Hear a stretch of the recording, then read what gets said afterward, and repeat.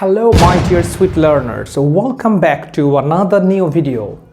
In this video we are going to learn such an important sentence that we more or less use in our everyday conversation.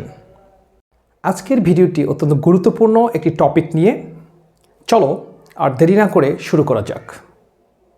শুরুতেই তোমাদেরকে চলো একটি example দেই। আমি কাউকে কোনো একটি কাজ করতে দেখেছি। আমি তামিম ইকবালকে ক্রিকেট খেলতে দেখলাম।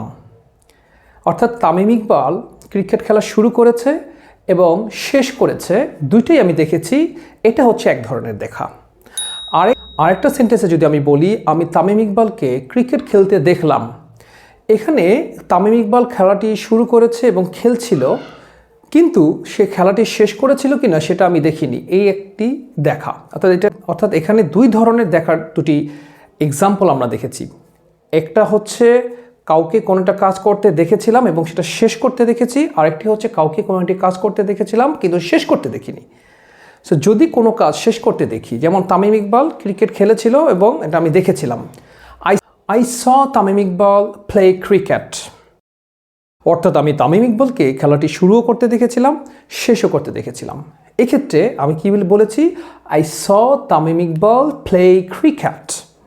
আর যদি তাকে খেলতে দেখেছিলাম কিন্তু শেষ করতে দেখি নাই, তাহলে কি বলবো? I saw Tamim Iqbal playing cricket. Likewise আমি কাউকে রাস্তা দিয়ে হেঁটে যেতে দেখলাম।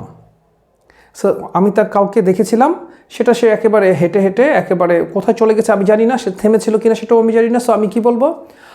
I saw someone walking along the street. ধরে নিই আমি হিমেলকে দেখলাম, সে গাড়িতে উঠলো এবং সেটাকে চালিয়ে চলে গেল। তার মানে কি, আমি তাকে গাড়িতে উঠতেও দেখেছি এবং ওটাকে চালিয়েও যেতে দেখেছি। তাহলে আমি কি বলবো? দুটোটা দেখে কি শেষ হয়ে গেছে। সো আমি এই সেন্টেন্সটি কি বলবো? I saw Himel get into the car and drive away. If you understand this lesson, you should practice it, write at least 5 sentences and speak standing before the mirror. See you in the next video. Till then, goodbye.